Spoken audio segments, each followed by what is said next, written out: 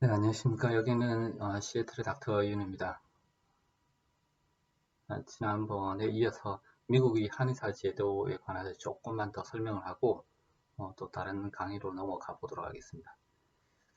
미국의 한의사 제도에 관해서 그 총강을 대강 몇 시간에 걸쳐서 제가 설명을 드렸고요. 이제 지난번 시간에는 미국에서 받아들여지고 있는 그 아큐펑처의 효과, 영능, 효능 중에서 이제 그 페인 컨트롤이라는 그 용어를 가지고 제가 조금 상세히 설명을 드렸습니다. 간단한 하나의 단어이지만은 그 속에는 많은 그 학문적인 관점, 문화적인 차이가 녹아들어 있습니다. 그 표현 하나에. 그래서 제가 그것을 좀 하나의 테마로 잡아서 상세하게 설명을 드렸습니다. 그리고 두 번째는 이제 미국 시장 진출의 당위성과 필요성. 그 한의학이 왜 미국 시장으로 이렇게 진출을 해야 되느냐라는 그런 당위성과 필요성에 대하여 네 가지 점의 포인트를 가지고 잡아서 이제 설명을 드렸습니다. 그 중에 이제 그 두 번째가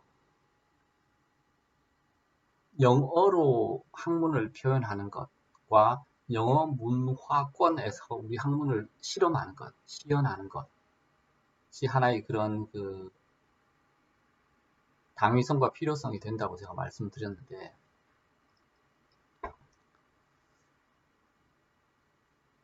사실 이거는 우리가 좀 넓게 봐야지 될 문제입니다. 이렇게 우리가 어릴 때부터 너무 영어 이렇게 영어에 목을 메고 살아와가지고 뭐 당연한 것처럼 여겨지기는 하지만은 사실은 어디까지나 이게 영어라는 거는 바라보면은 어, 하나의 도구에 불과할 거죠. 근데 그게 이제 도구라 할지라도 그 중요한 이유를 알아야 됩니다.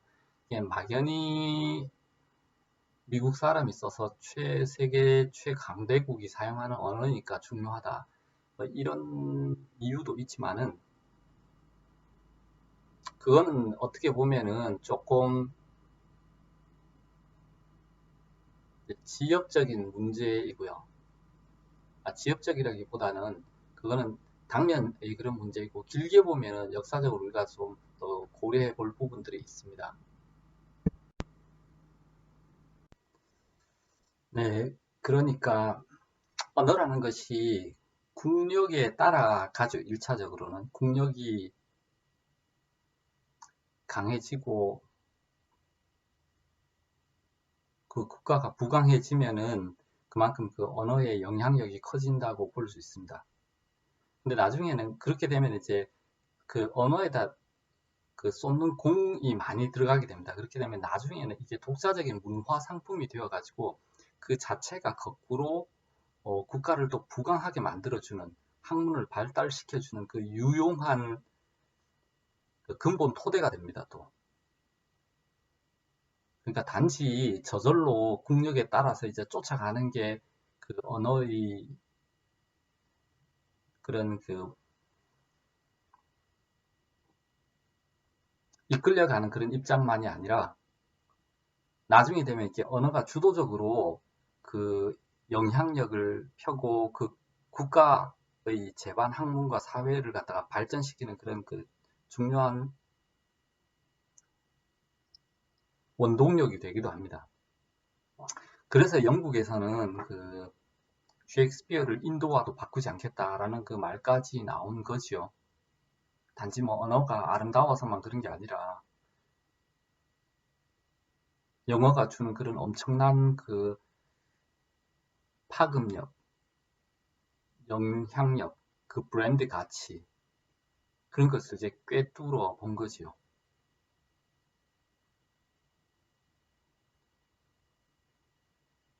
그거는 이제 뭐 달러도 마찬가지입니다. 미국의 최고의 발명품이 제가 달러라고 말씀드렸는데 뭐 달러가 나왔을 때 달러가 그게 이렇게 그 훌륭한 효자 노릇을 할지 미국이 스스로 화폐를 찍으면서도 그렇게까지 그 상상을 했던 사람이 있었겠습니까?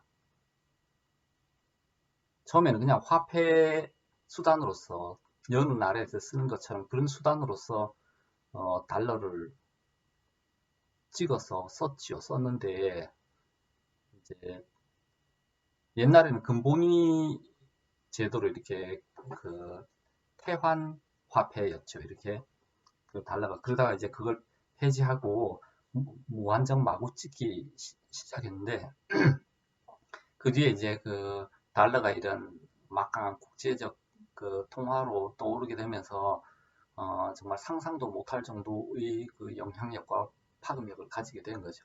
그러니까 처음에는 국가가 달러를 필요에 의해서 찍게 되지만 나중에는 그 달러가 국가의 운명을 좌지우지할 정도의 그런 그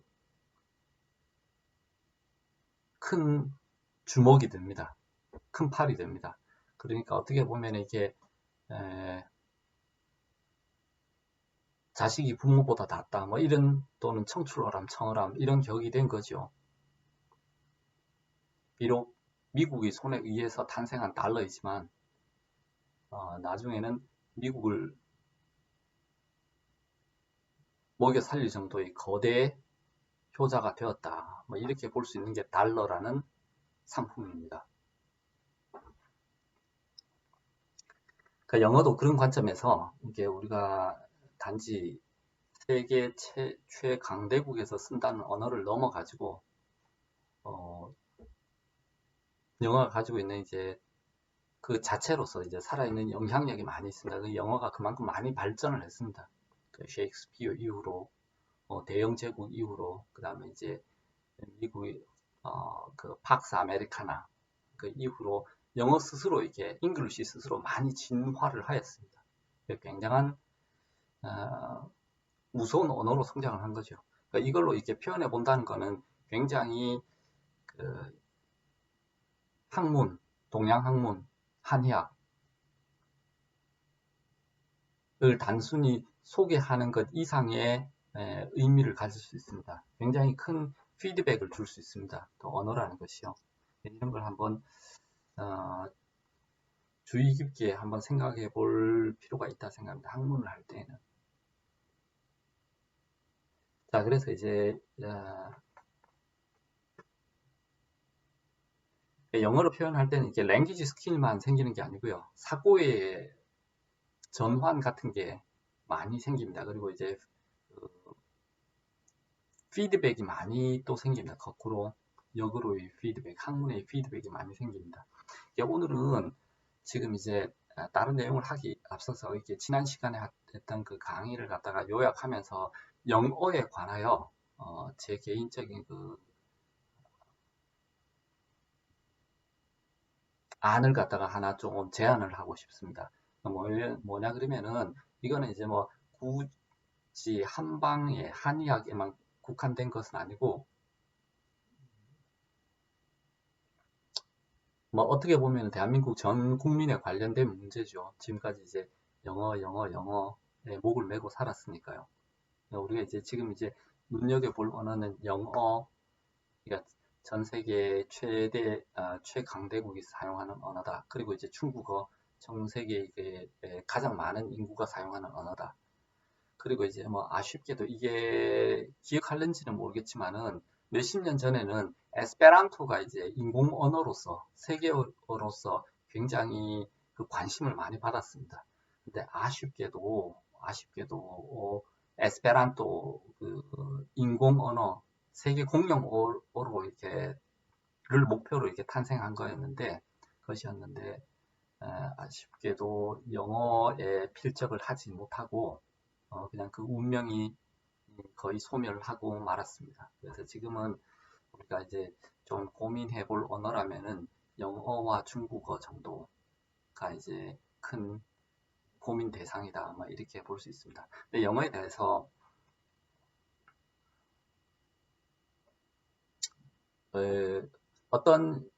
어떻게 보면 이제 한국 사람 중에 그렇게 생각하는 사람도 있습니다. 중국어는 영어하고 어순이 비슷하니까 이게 영어 빨리 배워가지고 좋은데 우리는 좀 불리하다. 한국 사람들은 뭐 오래 공부해도 영어도 못하고 이게 좀 불리하다 생각하는 사람들인데 영어 지상주의일 때는 뭐 그 말이 일리가 있습니다. 저도 그렇게 많이 생각했습니다. 우리는 태어나서 영어 배우기에 좀 불리한 언어를 하고 있는 까닭으로 좀 손해가 많다.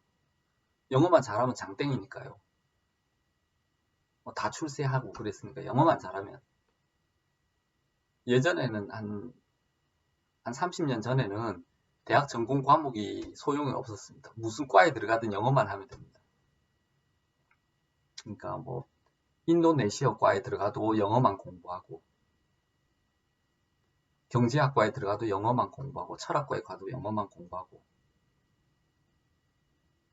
화학과에 가도 영어만 공부합니다. 영어만 공부 잘하면은 화학 공부하고 영어 못한 사람보다 더 화학회사에 취직이 더 잘 됐어요. 아이러니컬하게도.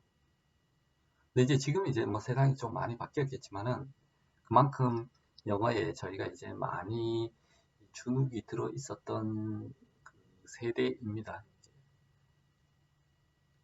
근데 그게 이제 영어 지상주의일 때는 그게 말이 됩니다. 그러니까 영어 좀 잘 하는 나라, 영어권의 나라에 태어나거나, 필리핀은 영어 한다 그러잖아요.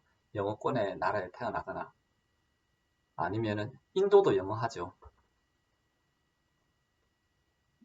아니면 이제 영어를 배우기 쉬운 중국처럼 이렇게 어순이 비슷해서 배우기 쉬운 그런 나라에 태어났으면은 좀 빨리 성공하고 학문을 빨리 배워서 우리가 선진국에 빨리 들어갈 텐데, 이렇게 생각들을 하고는 했었습니다. 그런데 이제 지금 생각해 보면은 우리가 영어에 너무 큰 가중치를 두었다.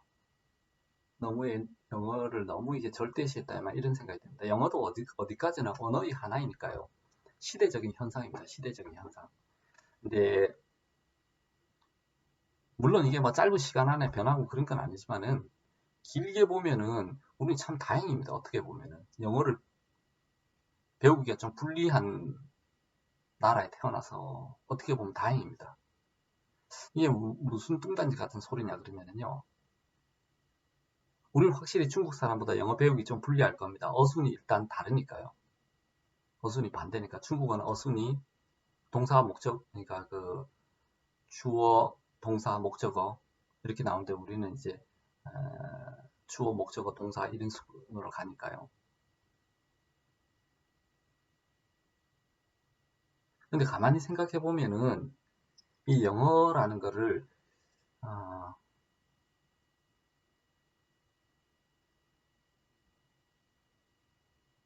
지상 최대의 목표, 지상 유일의 목표 언어로 이렇게 생각하지 않고 지구상 언어 중에 하나로 이렇게 냉정하게 바라본다 그러면 우리는 참 복받은 오히려 유리한 입장입니다. 뭐냐 그러면은 중국 사람들은 영어를 배우기가 조금 유리할지 처음에 조금 유리할지 모르지만은 결정적으로 만약에 한국 사람이 영어를 배우고 또 한국 사람도 중국어도 조금 할 수 있잖아요. 뭐 말은 잘 못해도 일단 기본적으로 한자 같은 거 좀 하니까 빨리 이해할 수 있잖아요. 이렇게 좀 한다 그러면은 한국 사람들은 굉장히 언어적인 지평이 넓어지게 되는 효과가 생깁니다. 중국 사람보다 오히려 더. 그러니까 영어를 배우기 조금 처음에 좀 어렵다 손 치더라도 영어를 배움으로 인해서 우리 기본적으로 한자는 기본 점수 좀 따고 들어가니까요. 그래서 만약에 영어를 갖다가 뭐 대략 한 예를 들어서 한 70% 정도 좀 할 수 있고 중국어를 한 30% 정도 할 수 있다 칩시다. 그럼 한국말을 한 100% 정도 할 수 있고 그럼 이 사람은 굉장히 훌륭한 언어 및 그 문화 사고의 영역의 지평이 넓어진 겁니다, 사실은. 언어라는 게 그러니까 단순히 랭귀지를 배우는데 그치지 않습니다. 굉장히 사고의 지평이 넓어집니다. 문화적인 인식도 굉장히 여유로워집니다.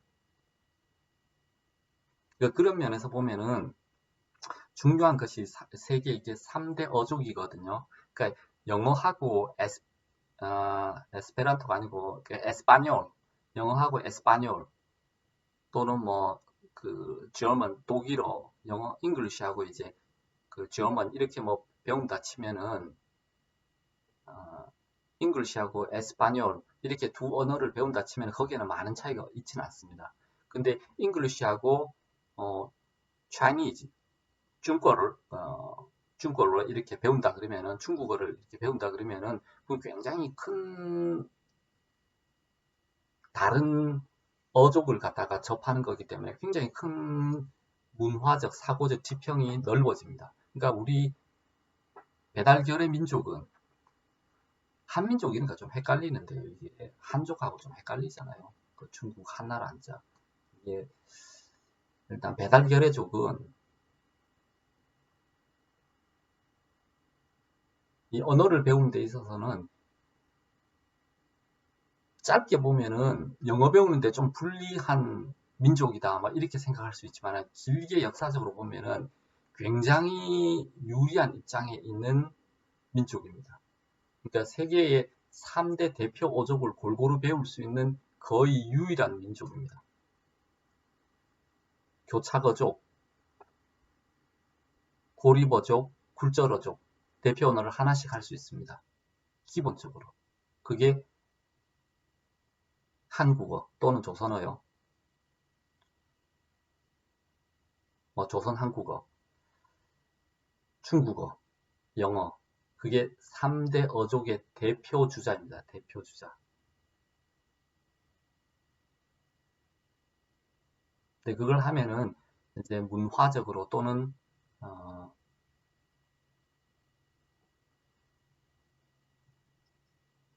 의식, 사고의 지평면에서 굉장히 큰 이점을 가져다 줍니다.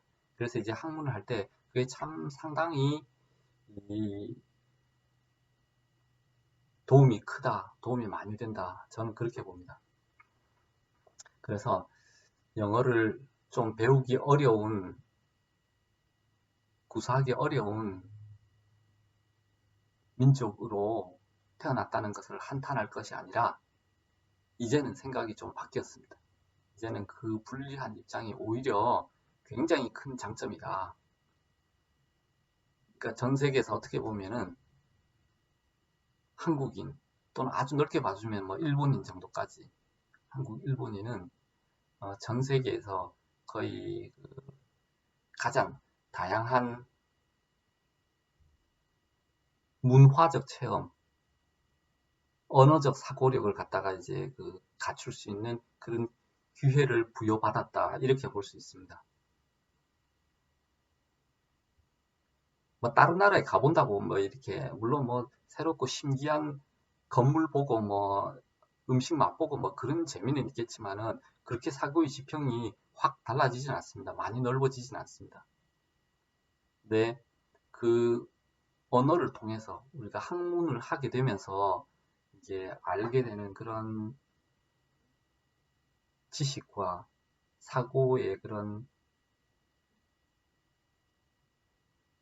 지평의 차이, 영역과 그런 지평의 차이가 아주 크다, 막 이렇게 말씀드릴 수 있습니다.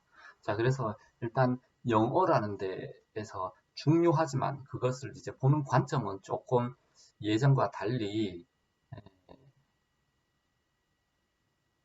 그런 사대주의적인 관점, 사대주의적인 관점이 아니라 오히려 글로벌한 관점에서 이 중요한 거를, 이 중요한 언어를 우리가 어떻게 받아들이고 활용할 것인가, 그리고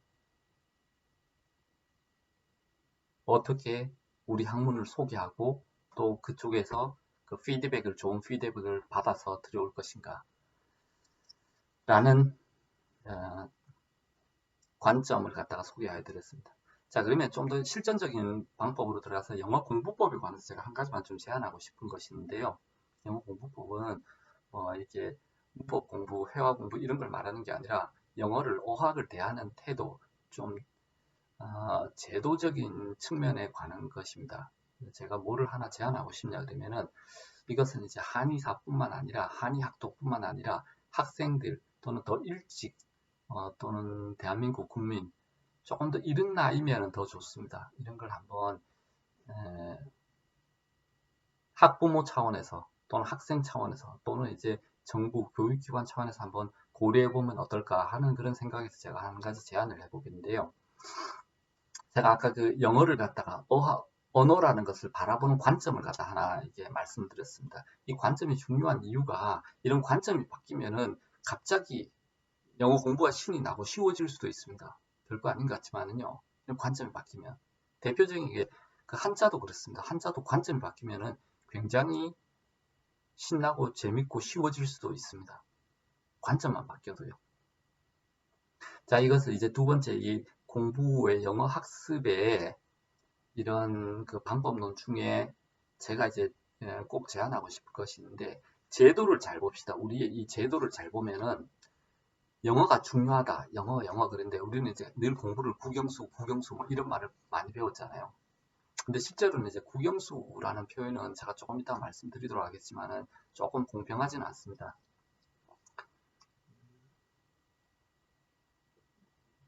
미국에서 부르면 국사수라고 부르는 게 더 맞겠네요. 국영수가 아니라. 미국에서는 국어가 있잖아요. 국어 있고 사회가 있고 수학이 있습니다. 자, 일단 뭐 국영수라고 칠 때 이 언어를 갖다 우리는 어떻게 이 평생을 통해서 배웠냐면 평생 동안 귀에 딱지가 않도록 영어 이런 얘기를 많이 듣잖아요. 뭐 우리는 물리 이런 얘기는 별로 많이 듣지 않습니다. 뭐 그냥 학교 다닐 때나 조금 뭐 물리 조금 듣고 실험실에 있는 사람이나 뭐 조금 듣겠지요. 뭐 그렇게 많이 들을 일은 없잖아요. 물리. 근데 영어는 귀에 딱지가 않게 듣습니다. 국어는 중요한데도 뭐 너나 할 것 없이 뭐 국어 좀 잘한다는 사람이 동네방네 국어 선생님 말고도 워낙 많아서 그런지 국어도 뭐 그렇게 싸우기는 많이 하지만은 많이 이슈화 되지는 않습니다. 영어가 주로 평생 동안 들어보는 게 스트레스풀한 그 이슈죠. 영어. 근데 이 영어가 이제 우리가 배우고 써먹는 과정을 길게 보면 이렇게 되어 있습니다. 크게 보면 어떻게 되냐면은 중고등학교에서 영어를 배워서 대학에 가서 전공을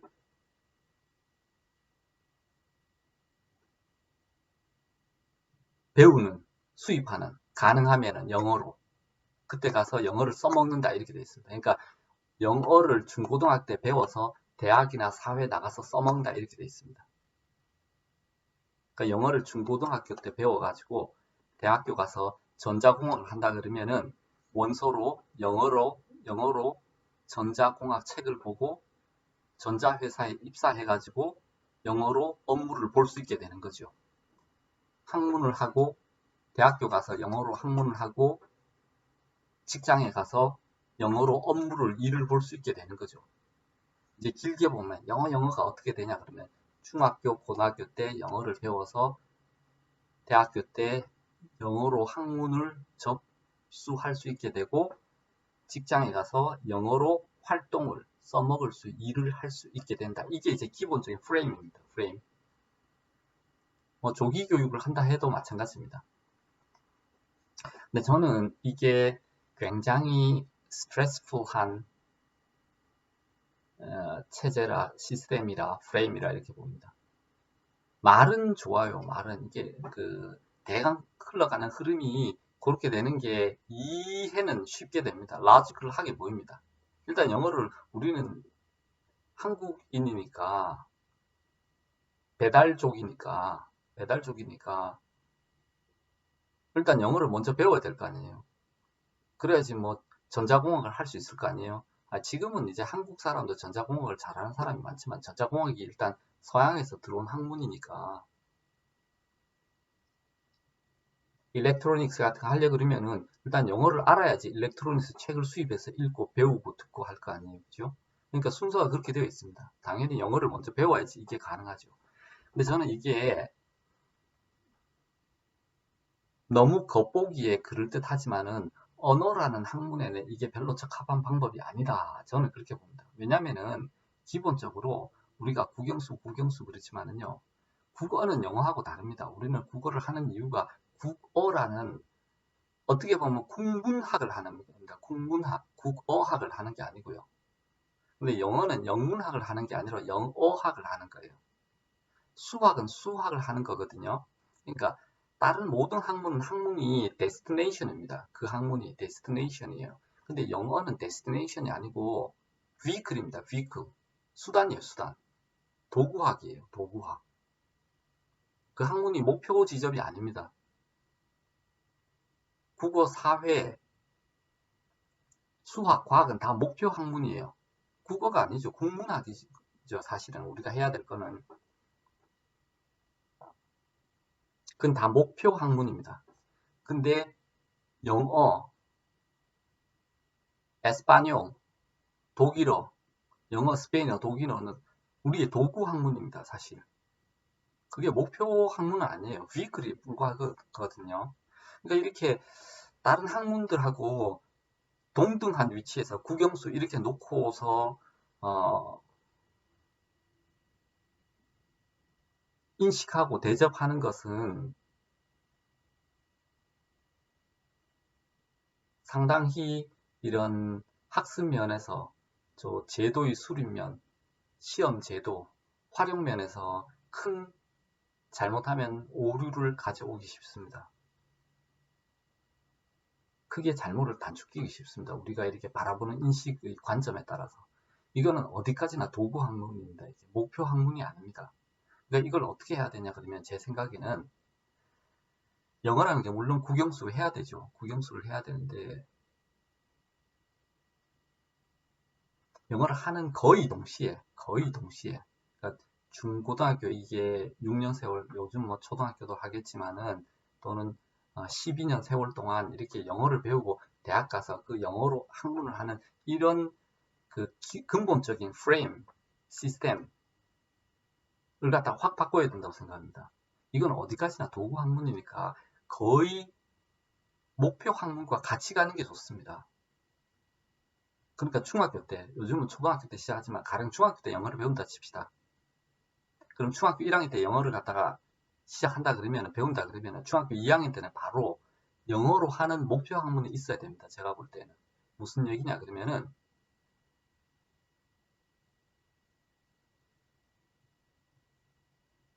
학교마다 예를 들어서 또는 개인이라도 마찬가지입니다. 어떤 한 과목은 그 중에 한 과목 내지 두 과목, 그러니까 영어권에서 주로 들어온 학문이면 좋겠지요. 그러니까 뭐 물리라 그럽시다. 물리나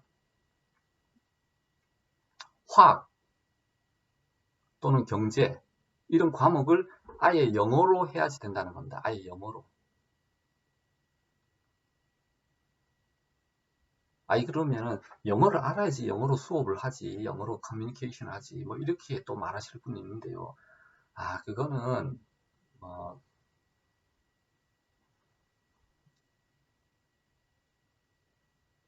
요리하는 법 다 터득하고 나서 조리사 되겠다는 얘기하고 똑같습니다. 아, 일단 뭐 잘하는 요리든 못하는 요리든 해보면 됩니다. 간단한 요리든 복잡한 요리든. 그럼 요리 뭐 마스터 해가지고 신의 경지에 도달할 때까지 기다렸다가 조리사 시작할 필요 없습니다.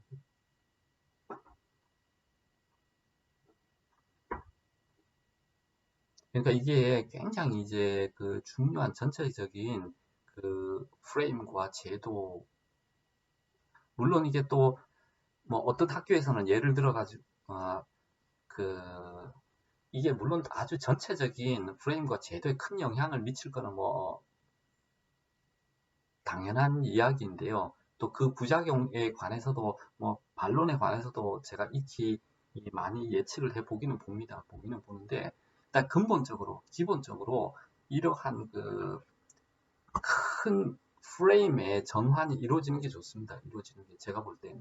그러니까 이거는 도구 학문이니까 다른 목표 학문들하고 같이 놓고 생각하면 안 된다는 겁니다. 대학 입시에서 이렇게 동등하게 취급하고 그런 게 아니라 중학교 때 들어가면은 예를 들어서 6년을 배우고 영어를 배우고 중고등학교 6년을 배우고 대학에 들어가서 영어로 학문을 하는 게 아니라 6년 하면은 1년 딱 시작하고 나면은 2년째부터는 바로 목표 학문들에 적용을 해야지 됩니다. 이건 도구 학문이니까요. 비클이니까. 영어로 그 학문을 하겠다 그러면은 대학교 가서 전자공학을 하지 않더라도 중고등학교 때 전자공학이라는 학문은 없더라도 물리는 있을 거 아니에요. 물상은 있을 거 아니에요. 그럼 바로 영어로 해야 됩니다. 영어로 하면 돼요. 그럼 모든 학교에서 다 해야 되냐? 그런 건 아닙니다. 학교에서 뭐 자기가 원하는 과목을 선택해서 하면 됩니다. 뭐 예를 들어서 뭐 발레 학교가 있다면 발레 학교에서는 영어로 가르치고, 또 요즘 이제 중국어도 해야 될 거잖아요.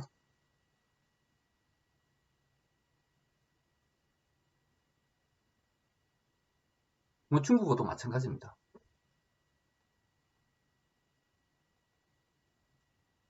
한다 그러면은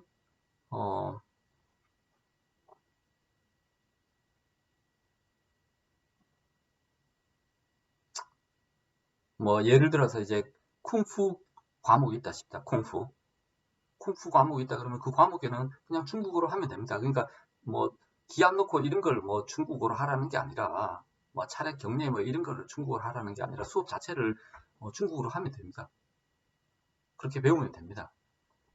그게 가장 조금의 난관이 있다 손 치더라도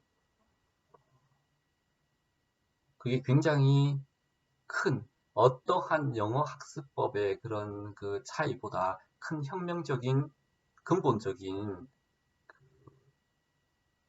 어학 공부, 습득, 활용의 차이를 가져올 것이라 저는 그렇게 생각합니다. 다른 공부법에 관한 뭐 영어학 이론이야 뭐 무슨 무궁무진하죠. 정말 무수히 많습니다. 거기에 쏟아부은 교육비와 피땀, 그 언어 이론, 학습론 그런 거 개발에 쏟아부은 시간과 비용 이런 거 생각하면 정말 피눈물 날 지경입니다. 뭐 회화, 아마 이제 어릴 때 생각해 보신 분들은 뭐 그 정도 엄청난 추억거리 몇 개 정도는 아마 가지고 있습니다. 영어에 관해서. 뭐 오만 뭐 단어 외우는 비법부터 시작해서 뭐 회화책, 또 저희 다닐 때는 이제 뭐 80년대, 1980년대 이런 때는 그 뭐 회화 이런 거는 별로 취급도 안 했으니까요. 또 이제 부교재로서 이게 주로 접하고 이랬죠. 요즘은 이게 뭐 정교재 이런 게 많겠지만 그런 추억도 참 많을 겁니다. 영어 실패다. 뭐 테이프 몇 개 샀다 버린, 뭐 전질 샀다 버린 그런 경험들도 있을 거고요. 학원 다녀보신 경험들도 있을 거고. 그 전에 이제 학교에서 고생했던 경험들은 시험에 목매가지고 고생했던 경험들도 있을 거고요. 또 시험에는 우리 듣기, 말하기 이런 것도 중요한데 그건 시험 과목이 없었어요. 그 왜냐하면 객관적인 평가가 이루어지기 어려우니까. 그게 중요한데도 그거는 별로 공부할 기회도 없었고, 뭐 테이프 같은 거 구해서 들어볼 기회도 고등학교 다닐 때는 극히 드물었습니다. 그러니까 어쩔 수 없이 이제 시험을 위한 어학 공부를 할 수밖에 없었던 게죠. 지금 이제 비록 뭐 그런 게 테스트에는 좀 잘 안 된다 할지라도, 하기가 어렵다 손 치더라도, 요즘 뭐 대입 학력고사에 뭐 듣기 말하기가 뭐 들어가는지 안 들어가는지는 모르겠지만 그게 없다 손 치더라도 할 수 있는 그런 일단 토양은 이렇게 마련해야지 된다, 아마 이렇게 봅니다. 그래서 제가 이렇게 말씀드리는 게 전혀 무리고 턱없다, 뭐 남이 나라 오는데 그 영어도 모르는데 영어로 된 학문을 어떻게 하느냐, 뭐 이렇게 생각하실지 모르겠지만은, 그러니까 우리는 이렇게 생각합니다. 국영수가 아니라 국어, English, 수학, 그리고 physics, 뭐 화학, 뭐 biology 이렇게 하면 되는 겁니다. 화학은 한국어로 배우고 biology는 영어로 배우고, 뭐 예를 들면 그렇게 해볼 수 있는 겁니다. 학교에서 뭐 한두 개 과목을 선택해서 그거는 직접적으로 어학이라는 vehicle과 목표 학문을 영어로 하는 이제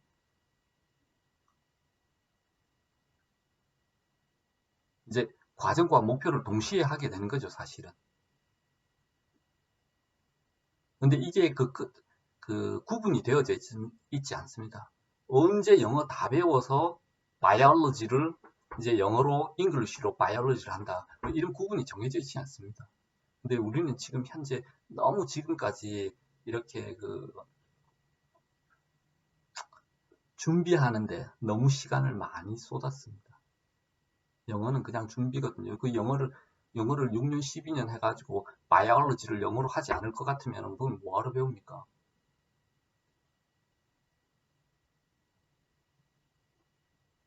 그러니까 그게 내가 뭐 바이올로지 전공을 하고 안 하고 이런 걸 말씀드리는 게 아닙니다. 아, 직접 써보자는 거죠. 영어가 그렇게 중요하고 영어 그러면은 그냥 쓰자는 거죠. 예. 남들은 바이올로지 말고 그냥 이카노미를 영어로 해도 돼요. 또 이카노미를 주로 하는 뭐 인문계 고등학교에서는 이카노미를 잉글리쉬로 다 수업을 하면 되는 겁니다. 전부 다. 그냥 100% 거기에 뭐 영어 단어를 섞어 쓰라는 거 아니에요. 그냥 잉글리쉬 이카노미 클래스에서는 100% 그냥 잉글리쉬로 클래스 진행을 하고 잉글리쉬 텍스트북을 보는 겁니다. Why not? 그러니까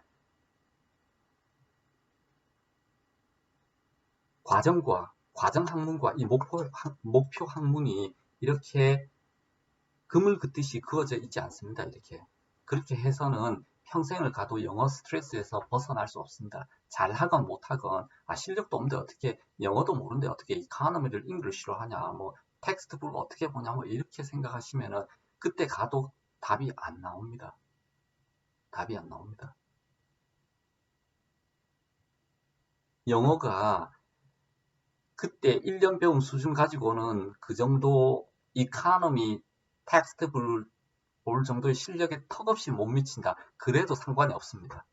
이카노미 그냥 하는 동안에 저절로 영어 디벨롭 되니까 괜찮습니다. 제가 이렇게 말하는 게 굉장히 이게 그 드림처럼 막연한 꿈처럼 이렇게 그 여겨지실 분도 있는데요. 저는 이 생각을 갖다 오래전부터 이제 한국의 교육 현실에 좀 필요하다고 생각했었고, 이게 단지 꿈이기만 하냐 그렇지 않습니다. 지금 현재 이미 already 미국에는 이런 교육 기관이 있습니다. 제가 초등학교를 그런 초등학교를 보았습니다. 초중고 중에 그러니까 미국에는 교육 시스템이 주마다 다르고 주에서도 그 교육 디스트릭트가 있습니다. 이런 스쿨 디스트릭트가 다 있어요. 그러니까 스쿨 디스트릭트는 자기들이 자기 교재 씁니다. 그러니까 뭐 한 주라고 해도 물론 나라 전체는 말할 것도 없고 나라 전체에 뭐 통일된 국정교과서 이런 거는 뭐 있지도 않을 뿐만 아니라 한 주만 해도 같은 주에서 같은 방식으로 교육하지 않습니다.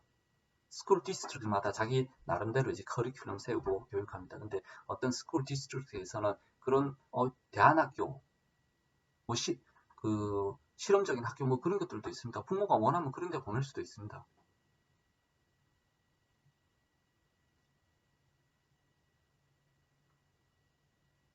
대안학교 뭐 그런 것들도 그러니까 이제 뭐 전인학교 그런 거 있죠.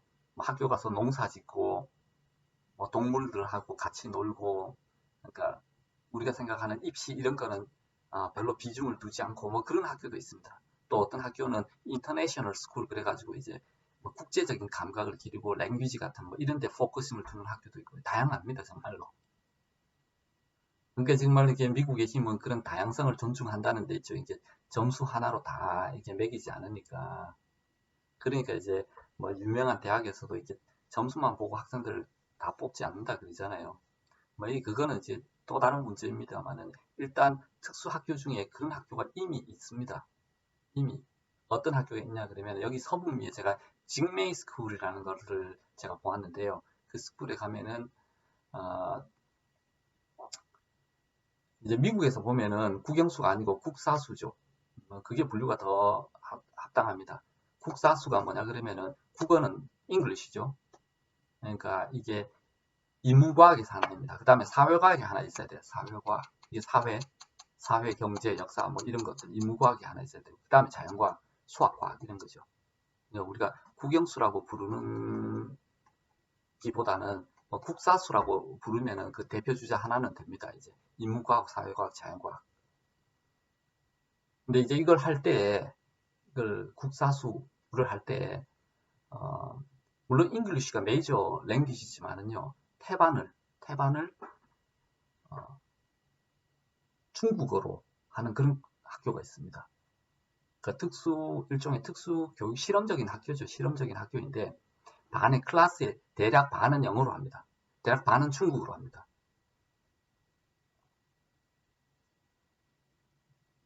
그러니까 사이언스 이런 거는 잉글리시로 하고요. 국사수에서 사회, 뭐 이코노미, 컬처, 히스토리, 뭐 필라소피 예를 들어서 뭐 이런 건 이제 중국어로 합니다. 중국어를 외국어로 배우면서 클래스를 중국어로 진행을 합니다.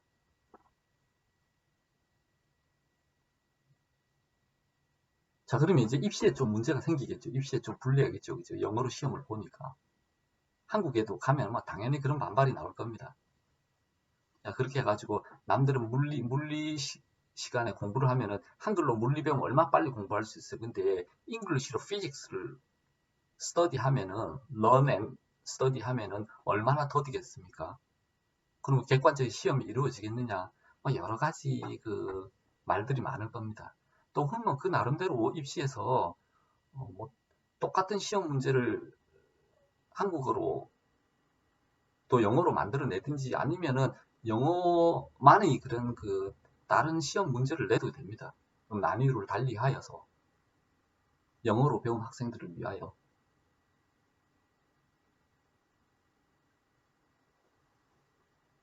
자, 그거는 이제 뭐 여러 가지 이제 방안이 있을 수 있는데 기본적으로 우리가 이제 그 공부를 위한 공부가 아니라 정말 살아있는 공부를 하려면은 학문 자체가 우리 생활에 들어와야지 됩니다.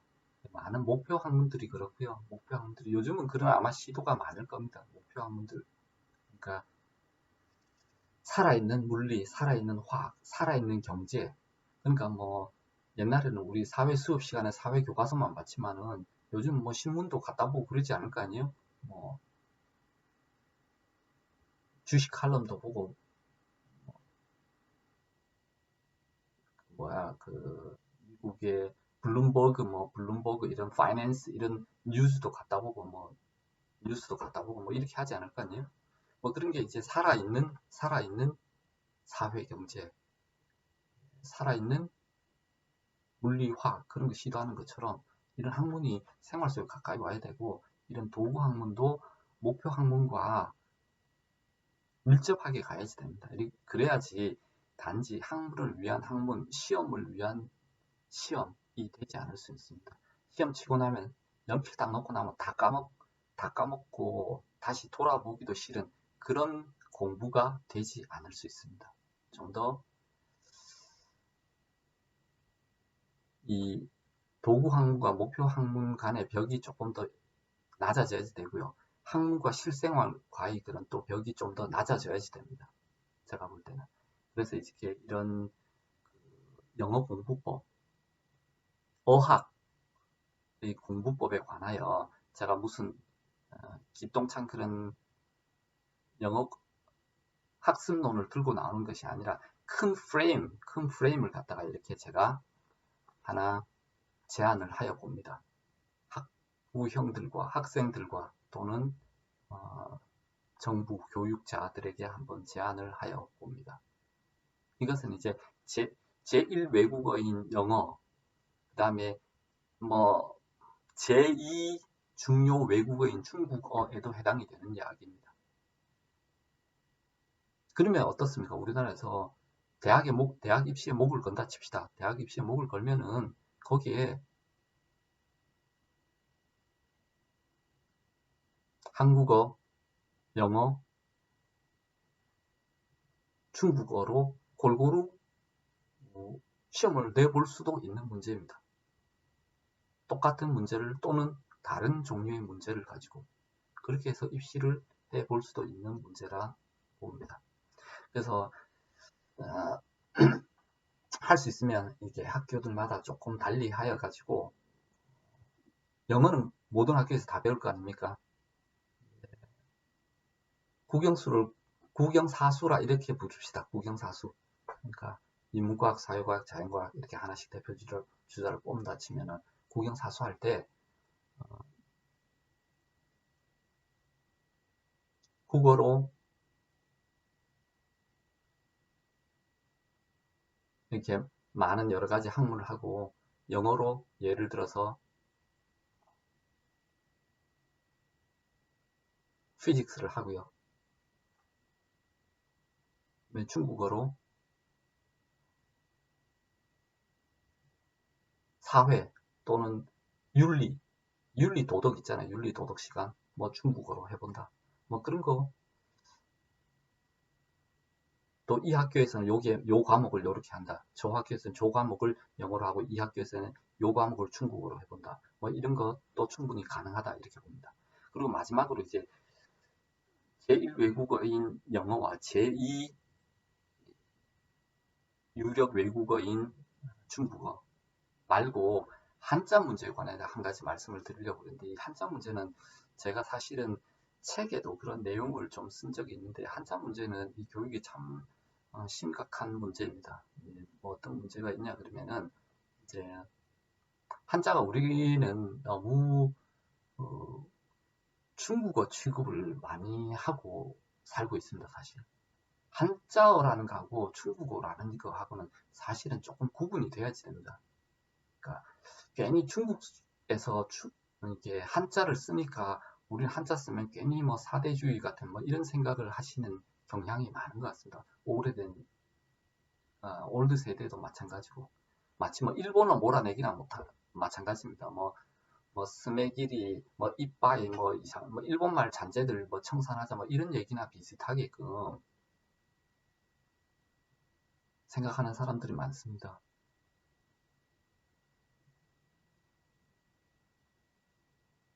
뭐 스메기리, 이빠이, 뭐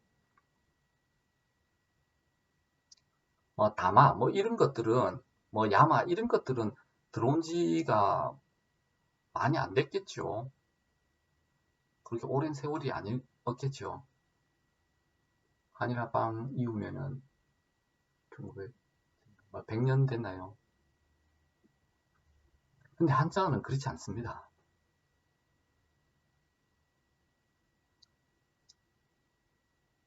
원초적으로 우리 민족과 같이 했던 언어입니다, 사실. 이거를 중국어와 혼동해가지고 그 한자를 이렇게 배척하는 건 참 안타까운 현상입니다. 그래서 사실 우리 중고등학교 때 한자어 시간이 따로, 국어 시간 이외에 한자어 시간이 따로 있었다는 것 자체가 사실은 조금 문제입니다. 사실은 이거는 국어 시간의 일부이고, 사실은 국어라는 표현도 영어라는 것처럼 이렇게 놓기는 좀, 지금 보면은 좀 어폐가 있습니다. 이거는 국어 시간이라기보다는 차라리 국문학 시간으로 이렇게 보는 게 더 타당하겠지요. 물론 어학도 조금 배우기는 하지만, 영어는 영문학 할 우리는 그 처지는 안 되잖아요, 사실. 국어는 우리가 대부분이 국문학을 하고 있습니다, 사실은. 국어학보다는요. 어쨌든 이게 국어 시간에서 한문 시간이 동떨어져 나온 것 자체가 조금 문제입니다. 이게 같이 가야지 되는데요. 이것도 지금 제가 말씀드린 영어와 English와 Chinese, 중국어, 그러니까 English와 중국어 이렇게 배우는 것과 마찬가지로 이 벽을 갖다가 낮춰야 됩니다. 제가 볼 때는. 그래서 이것도 학문을 할 때는 클래스에서는 이렇게 마음껏 혼용을 해야지 된다. 아마 이렇게 봅니다. 뭐 주체사상, 한글 사랑 뭐 이런 거 때문에 한자를 못 쓴다 이런 거는, 이거는 좀 말하려면 좀 얘기가 기니까요. 막 그렇게 치면은 영어 중국어도 못 들어옵니다. 그죠? 학문을 다 하고 나서 우리가 도구 학문을 다 하고 목표 학문 전공자들 가기 전까지는 누구도 그런 거 한글 사랑에 위배되니까 그런 거 꺼내면 안 됩니다. 이게 뭐 물리를 하건 뭐 경제학을 하건 어설픈 영어 거기다 집어넣으면 안 된다는 거죠.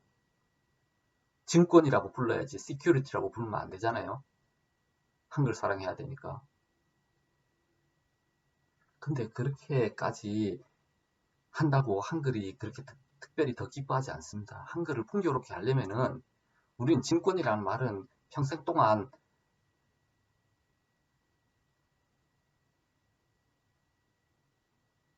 10만 번은 듣기 때문에 그 중에 한 1000번은 그냥 시큐리티로 불러도 한글이 별로 자존심 안 상해해요. 안 상해합니다.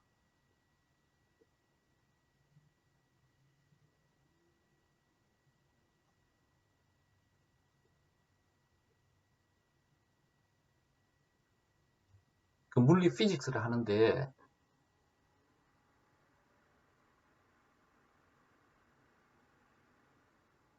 F는 MA.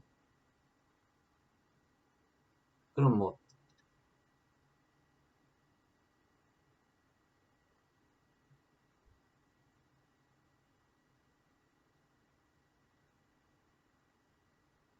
force, mass인가요? 그리고 뭐 acceleration 뭐 이렇게 나온다 쳐도 acceleration 뭐 이렇게 가속 또 우리나라에서 뭐 가속도라는 말 있는데 그 acceleration 이렇게 해서 되냐? F는 MA에서 A가 acceleration이다. 아, 그렇게 한다고 한글에 별로 자존심 안 상합니다. 그렇게 한글이 좋으면 F는 MA를 왜 부릅니까?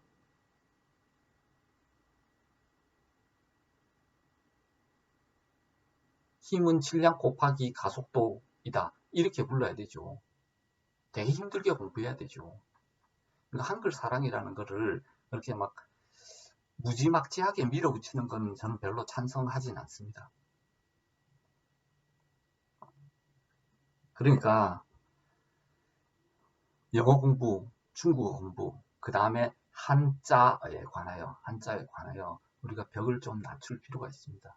벽을 낮출 필요가 있습니다. 그리고 영어와 중국어와는 달리 한자는 중국어의 일부가 아닙니다.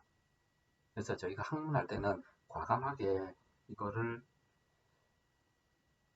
뭐 예를 들면 국한문 혼용체 이런 것처럼 이런 예에서 보듯이 과감하게 쓸 수 있어야 된다. 학문하는 사람들이.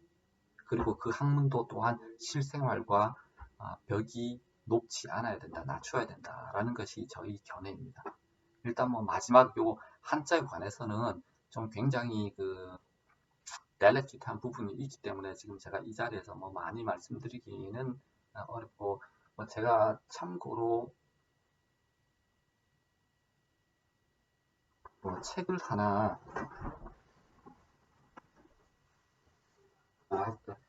예, 제가 이거 어떻게 하다 보니까 여기까지 왔네요. 죄송합니다. 책 하나만 좀 소개시켜 드리도록 합시다. 이게 뭐 바쁜 한방광제 바쁜데 책 하나만 소개시켜 드리도록 합시다. 이 책이 보면은 어, 중국 문자는 고대 한국인이 만들었다 이런 책이 있습니다. 뭐 이거는 뭐 사실의 진위 여부는 일단 나중에 이제 참고를 하더라도 따로 얘기를 하더라도 일단 한자어에 대한 인식에 조금 전환이 필요하다는 관점에서 제가 이게 들고 나와봤습니다. 한자에 대한.